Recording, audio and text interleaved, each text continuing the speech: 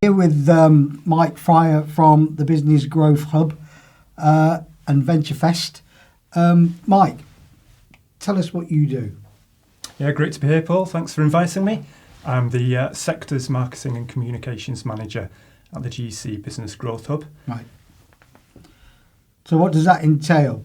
The Business Growth Hub, what is it, who funds it? And I know it's about business, so how can it help businesses? Well, the Business Growth Hub is part of the growth company. Yeah. It exists to help businesses across Greater Manchester. When I say businesses here, we're talking about small and medium-sized businesses, or SMEs, businesses that have fewer than 250 employees. Right. The vast array of services covers absolutely anything you can think of, probably. Businesses who might need access to finance, who might need help starting up, want to sort of explore exporting possibilities, need to do more that's innovative. Absolutely anything you can think of. There's fully funded support available for these businesses in Greater Manchester. What's the criteria to get the help, and is it totally free?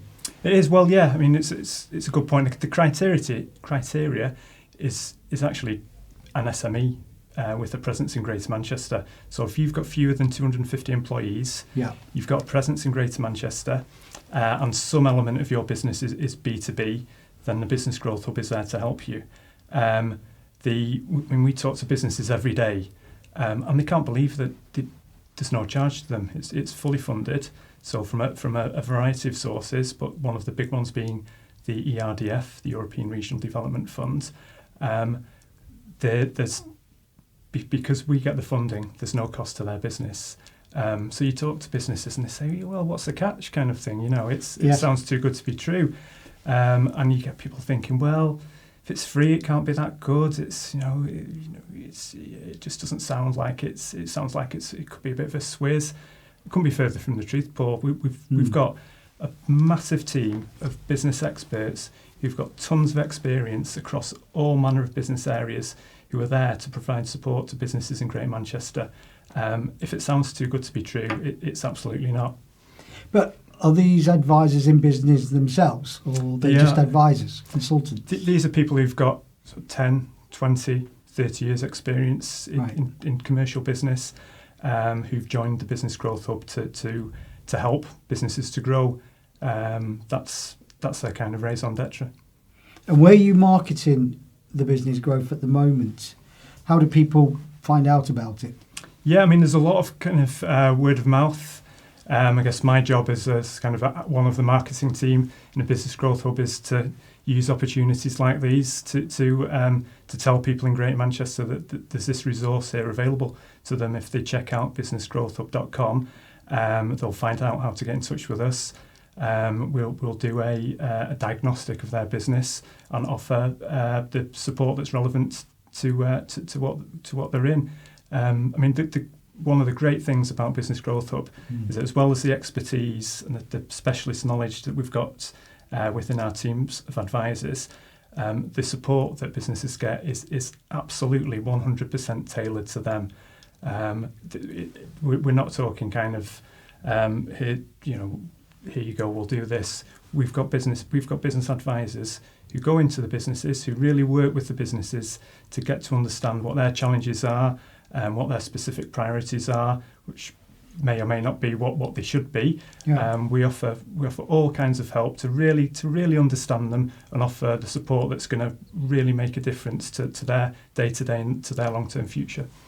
And this free help, is it limited to hours, days, weeks, months of time spent with the business, or how long do you get? Well, because we've got such a huge team of advisors covering everything from, as I say, innovation to energy efficiency, to access to finance, to specialist manufacturing advisors, to support for people in the digital, creative and tech industry. There might be sets of support that go from that map out a journey from one team to another to another to another. So there might be a limit, say, of 12 hours support for on a particular part of their business, where they need the relevant support, but that might then be extended into another part of the business, to another part, to another part. So it really is. I mean, what we're really keen on is this not being a kind of a short-term thing. People come in, have a look at your business, and say, oh well, you should be doing this, this, and this. No one wants that. The firms themselves have their own experts. They know the business more than anyone else. The last thing they want is someone to come in and tell them what they should be doing. We want to work in partnership with these companies to really help them develop and grow and to maximise their potential. Because you're saying about the different sectors that you can get help on. I mean, I found it a bit confusing, to be honest. I exhibited and met somebody from business growth, and then somebody else has come from the business growth, and I said, hang on a minute, I'm speaking to that person and you're from the same business. And so that's where I found it a bit confusing, because I just thought, well, you have the one advisor, but that's not necessarily true, is it? You could have several. Because they're specialists in certain areas. Sectors, yeah, that's, I think, sometimes that will be the case. You'll have contact with more than one person within the organisation, yeah. So, and the best way, you said the website, do you want to say that again? Yeah, certainly. It's businessgrowthhub.com. Great. And the other reason why we've got you in today is about Venturefest in Manchester. Can you tell us what is Venturefest and how long it's been going? And has it always been in Manchester? Well, Venturefest, Paul, is the region's biggest annual business innovation event. We're now in our 6th year. It's taking place at Manchester Central on the 20th of November. The previous incarnation was Venturefest Manchester, which ran for 4 years. Last year we expanded to become Venturefest Northwest, moved to a new venue, grew the delegate numbers by almost double, and we're really looking forward to an even better event this year. So it's an innovation event. There might be people listening or watching this who are wondering, well, what's innovation got to do with my business? Yeah. I think there's a few things here that are quite important, really. One is that innovation is absolutely crucial for business growth. We've got a load of great speakers this year, but one of the people who spoke at last year's event was somebody called Richard Noble. He's the project director at the Bloodhound Supersonic Car project.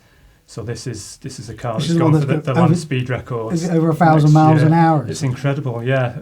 It's going for the record in 2020.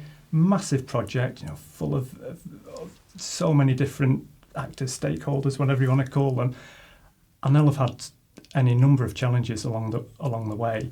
But they've always managed to overcome them. And one of the reasons why they've managed to overcome all these challenges is through collaboration, through being open to new ideas, to learning from others across the teams, across various teams and organisations. And that's something that businesses, we think, can learn from no matter what size you are. You don't need to be a hugely complex project like the Bloodhound Supersonic Car. It could be you could be an SME. The principles are the same. You need to be open to new ideas. You need to be open to collaboration, which I know is something that's very close to your heart. Yeah. And I know that you also need to be open to innovation and to networking. So he was, because I went last year and he was pitching, wasn't he? I mean, are other businesses going to be pitching up there on the stage? He was presenting as a keynote speaker, one of the keynotes. There will be companies pitching. One of the centerpieces of the event is called the Innovation Showcase competition. So this is absolutely fantastic competition. We've had hundreds of entries from across the Northwest. Some of the Northwest really kind of innovative companies profiling their innovative products and services. We'll be whittling these down to 12 finalists who will be pitching at the event in November at Manchester Central.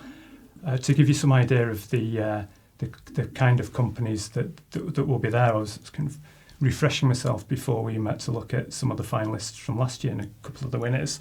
And this is just Yeah. great examples of some of the brilliant companies we've got in Greater Manchester. One of the winners was Reach and Rescue, company from Wigan. They won the overall prize for a telescopic pole tools, rescue tools that are used by mountain rescue teams, right. RSPCA, fire and rescue.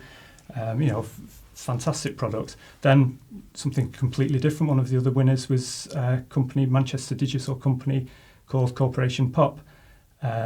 They developed a fantastic app called Exploro that they're launching. They've recently announced that their first customer is the Christie Hospital. What this app does is that it demystifies the hospital experience for children, young adults who have perhaps been diagnosed by cancer. And that's a tragic enough scenario. What the MD found through his own experience of his 13-year-old daughter being diagnosed with cancer was that the hospital experience, no matter the fact that the treatment was brilliant, the experience itself can be very traumatic, for a young person. So this app, what it does is it uses augmented reality and artificial intelligence to present what children are going to be faced with when they go through the process, how it's going to look when they're in a hospital, who's going to see them, all that kind of thing. Absolutely brilliant app. I could go on through the list of people who presented last year, but we haven't got time. We haven't got all day. So what type of business people should attend and what will they get out of it? I mean, you mentioned about people pitching, you mentioned about the competition. What else is there for incentive for people to come along? Yeah, I think we want businesses to come, we want innovators to come, we want investors to come, we want technology experts to come, we want academics to come. The events for them, it's a fantastic opportunity to learn from others, to see some of the new innovations in the area, to hear from expert speakers and to network. There are breakout sessions. We've got a terrific lineup of speakers already with more to be announced. Jenny Campbell. Jenny Campbell, ex-Dragon. Yes, ex-Dragon. She's confirmed as a speaker, confirmed this week. Excellent. We've got Nitin Rai, who's a really pioneering venture capitalist coming over from Portland, Oregon. Yeah. We've got Vikash Shah, who's quite well known in this area. Yeah. Real terrific entrepreneur. Check out these people's websites, and if there's people listening who don't know them, and they'll really see what kind of calibre of speaker we've got. Funny enough, I've just put down there, will there be a chance to network for businesses there? Yeah, well, Paul, I think we got 1,100 and something delegates there last year from 776 businesses. So for us, that's a lot of networking opportunities. Yes. We're really keen that there's even more people here this year, that there's even more chances to network, because as we've talked about, for innovation and collaboration, they go hand in hand. We want people to have these meetings. It's quite a nice story that Charles Rolls and Henry Royce met at the Midland Hotel, which is a stone's throw from where Venturefest is happening. We want these kind of introductions at Venturefest. It's central to the event. And what do you hope attendees will take away after they visit Venturefest? I want them to be inspired. I want them to go there, have a great day of networking, hear from some really great speakers, attend the breakout sessions, meet other businesses, learn from other businesses, share the stories, share the learning, make contacts, and take some of the learning back to their businesses, but also keep in touch. Take your business cards, make new contacts, network, and really make the most of it.